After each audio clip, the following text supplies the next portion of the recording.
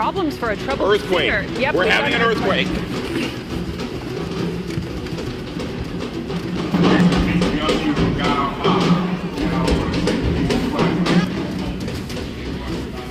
Okay, it appears to have stopped. Okay. Welcome back to the live stream. I'm excited for our next guest from Canada. Eh? Look at that.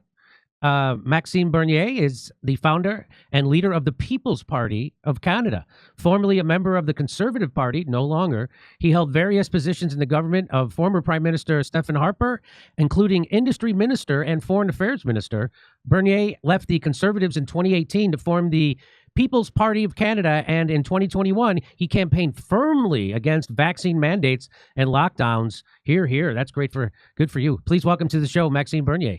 Nice to meet you. Thank you, Jimmy. I'm very pleased to be with you. So, what led you to leave the Conservative Party and start the People's Party of Canada? Because the Conservative Party of Canada is like, the old Republican, Rhino, Republican in name only. The Conservative Party of Canada, that's the same, they're in Canada, they're not fighting for conservative values anymore. And, I said that this party is morally and intellectually corrupt. That's why I did the leadership contest in 2017, 2018 to be the leader of the Conservative Party of Canada. I didn't win with 49% of the vote, and our platform was very popular, real conservative free market ideas, working, to fight the globalist and the woke agenda. But after 15 months, I did try to work with the leader elected at that time in 2018, Andrew Scheer. But Andrew told me that, Maxime, your ideas are very popular with the members of our party, but they are not popular with the general population. And my goal now is to be prime minister. So we won't take any of your ideas for the electoral campaign of 2019. So I said to myself, I don't have time to waste with that party. So we created the People's Party based on 4 principles: individual freedom, personal responsibility, respect, and fairness. And that's why, Jimmy, it was very easy for us to take a position during the COVID hysteria, fighting for freedom of choice with an informed consent. And this party is the new populist party in Canada. Like a little bit, Jimmy, the Reform Party in UK with Nigel Farage. We are fighting for, a moratorium on immigration, putting our country first. And it's going well. We are growing. We are young, but we are growing. So that's the first thing I wanted to talk to you about. So you had billboards up that said, "Say no to mass immigration, People's Party." So what is the situation with immigration in Canada? Is it legal immigration? In America, the problem is illegal immigration. Is it the same or different? It is both, Jimmy, legal immigration and illegal immigration. Last year, we are a country of 40 million people. Last year, we had 1.2 million newcomers, foreigners coming to our country. Add to that the illegals that are coming to our country, because actually the Trudeau government is putting in place for the last 9 years an open border policy. So we have a lot of people who are coming here. They try to be, refugees, and they're fake refugees. So we need to stop that. The billboard that you just showed for your viewers, that was our position at the election in 2019. We said, say no to mass immigration. At that time, our position was to have a maximum of 150,000 new immigrants every year.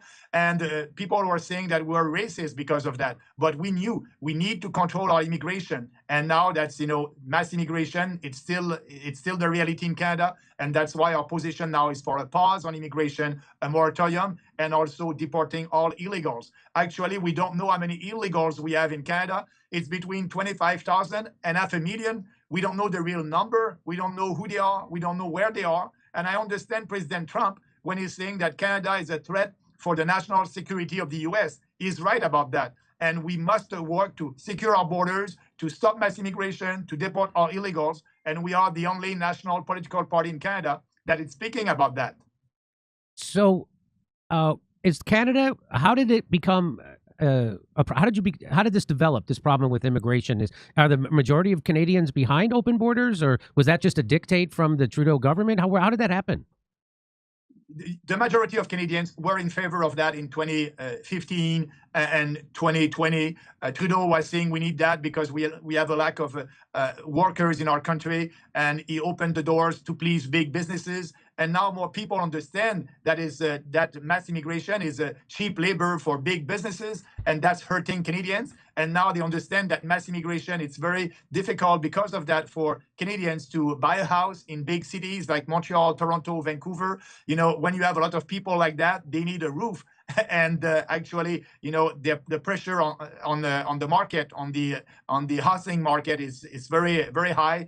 And so it's difficult for Canadians because of that. And now, answering your questions, in the polls right now, more than 60% of the populations are saying enough is enough. We need to control our borders. We need to have a pause on immigration. But actually, the other political parties, the Liberals and the Conservative, are not taking that position, because for them, you know, they're looking for some ridings where they can have candidates elected. And, you know, we have ghettos in Canada, like Burnaby in British Columbia. It's like being in India.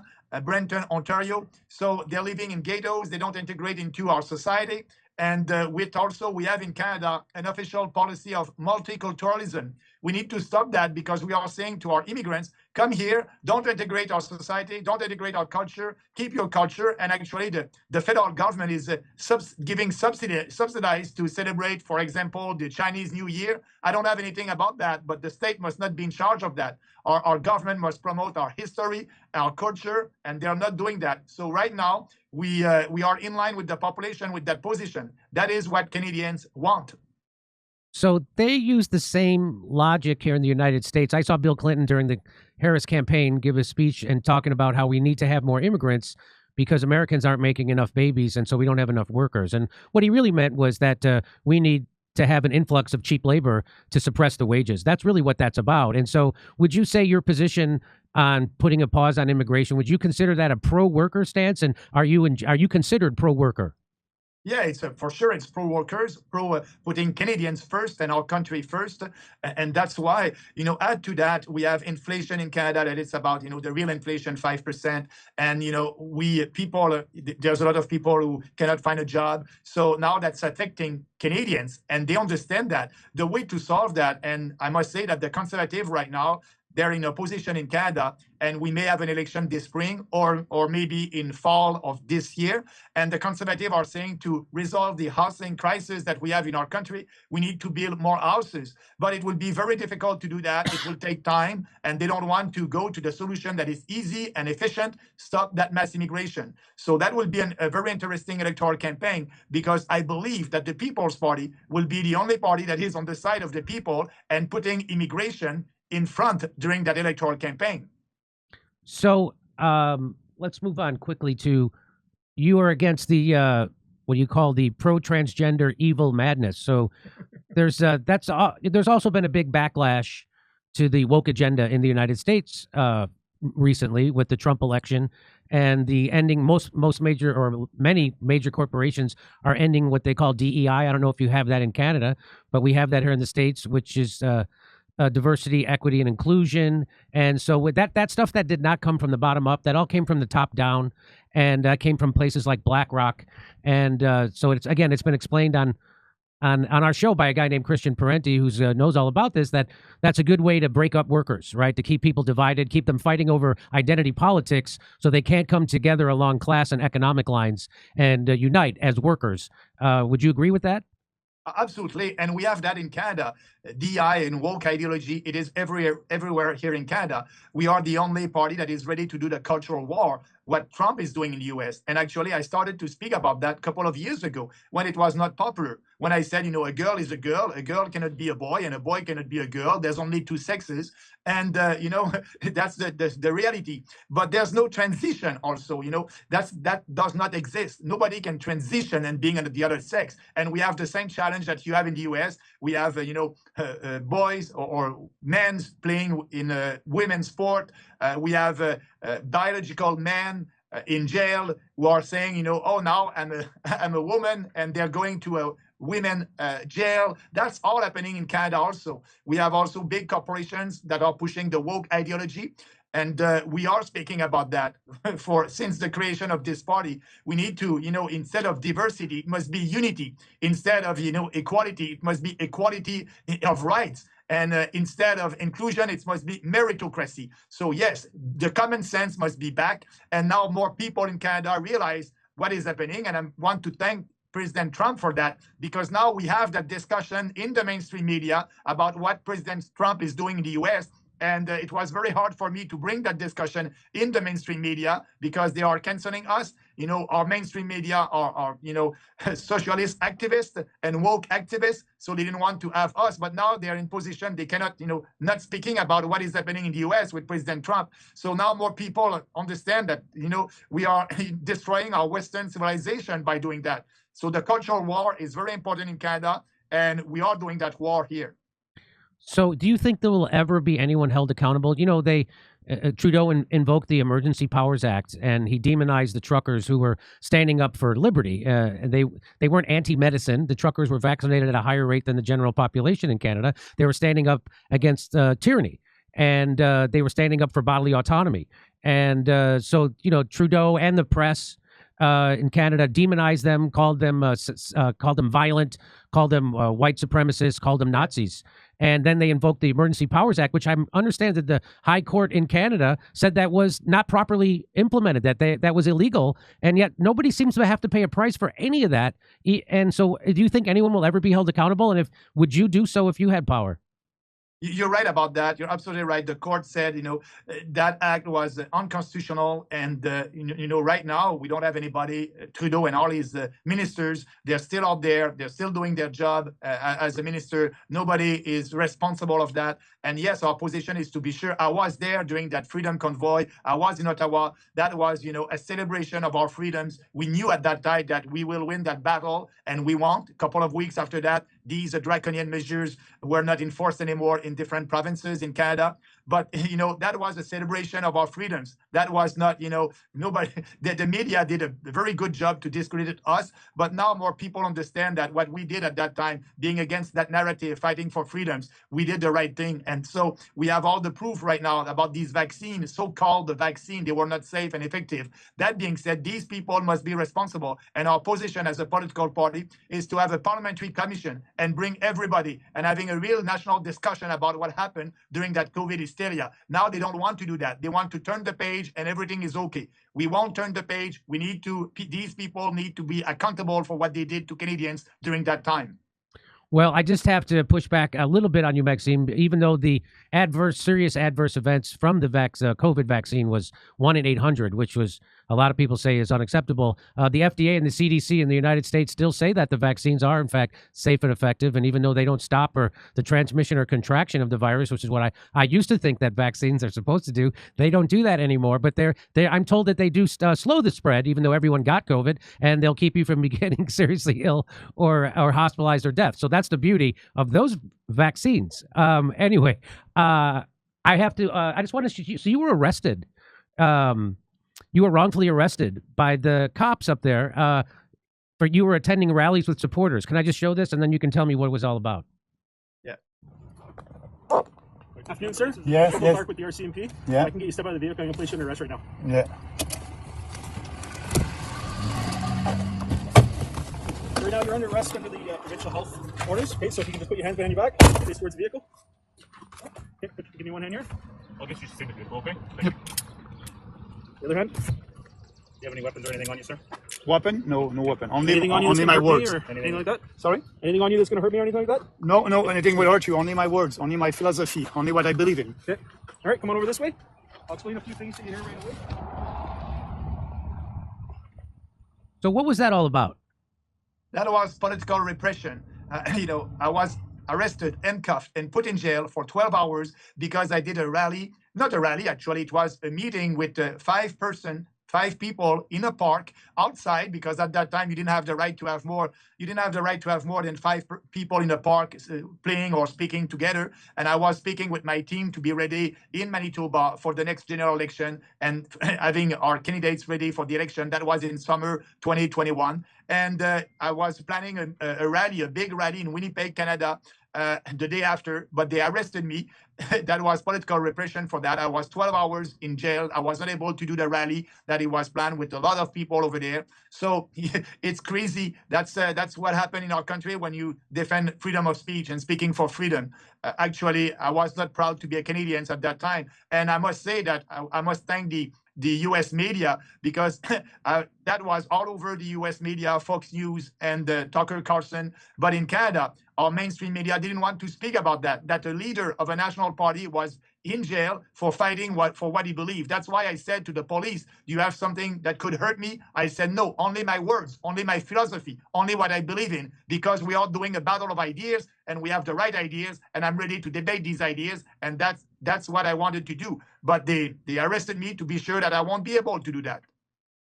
So let me ask you about, I'm a big supporter, we're a big supporter, because the healthcare in America is horrible, right? We have the worst outcomes of any of, advanced country, and there's certainly of the richest countries where we're at the bottom. And places like Cuba have much better healthcare outcomes than we do, a socialist country completely. What is going on in Canada with their healthcare? And do you support the universal healthcare, or do you think you should get rid of it and privatize it like the horrible system we have in the United States?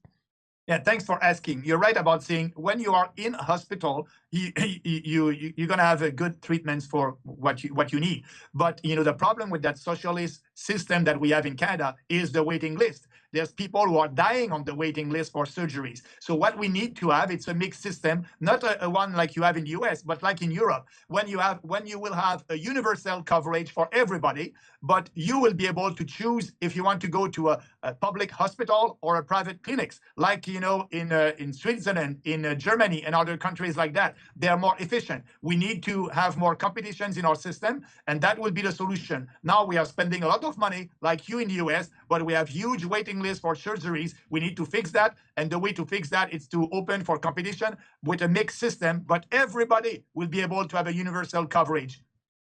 Okay. In the United States, we have 100% private. Well, we have Medicare for people who are 65 and older, and everyone seems they can't wait to get to there.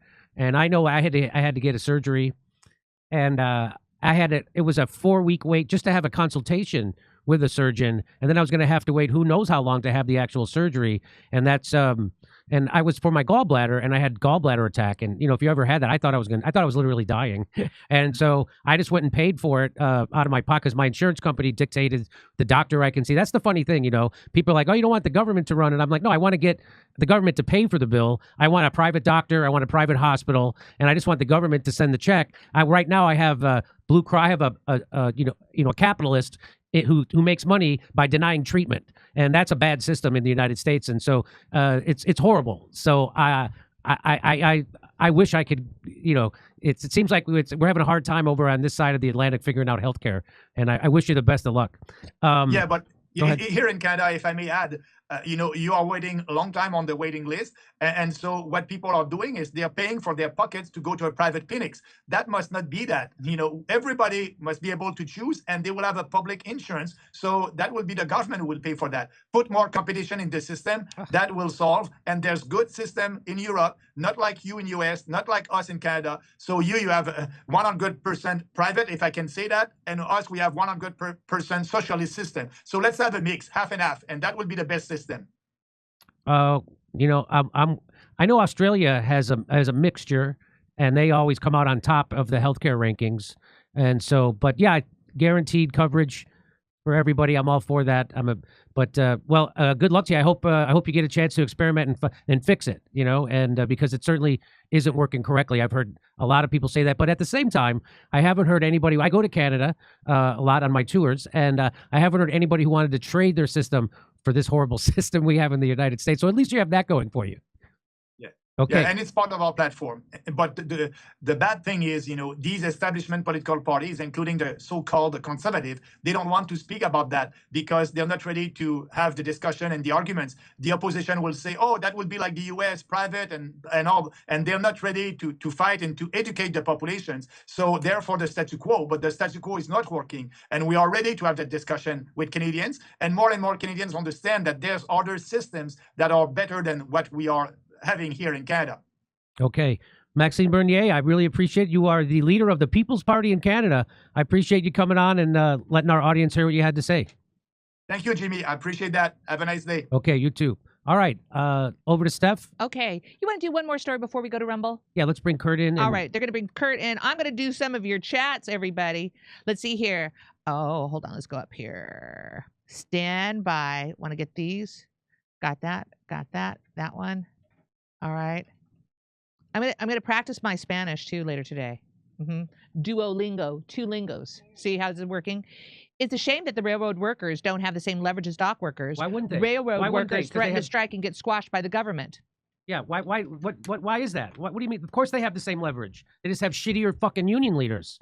That's why. You heard it here. That's the problem. They should have went on strike anyway. What are you gonna do? Throw them all in prison? Go ahead, go on. They should have went on strike anyway. Agreed. The dock workers' strike caused panic briefly. Just imagine if the truck drivers decided to park their trucks for a couple days. No movement of goods, food, fuel, etc. My_war. Exactly. Hold on. You know I was going to get it. There you go. It hurts my ears. Don't do it. I'm going to keep doing it. All right.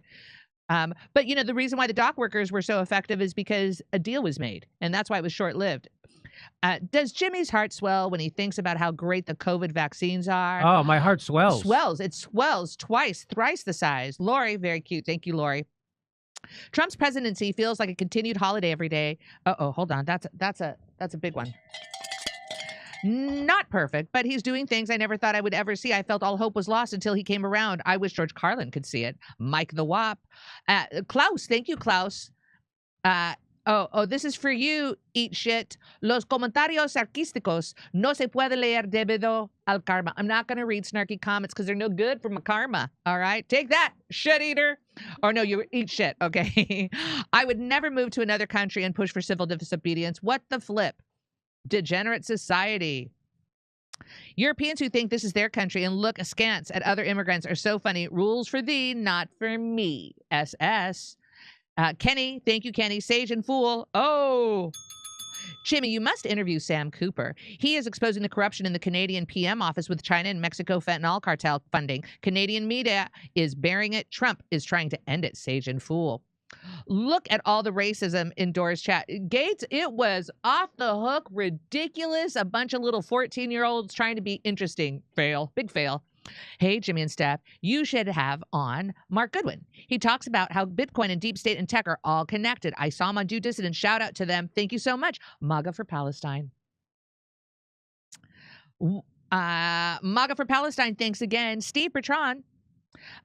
Shama is one of the only honest worker organizers. It's sad to see all the ad hominem attacks in the chat from people not listening to her. Steve, Okay. Come to me. back to Jimmy.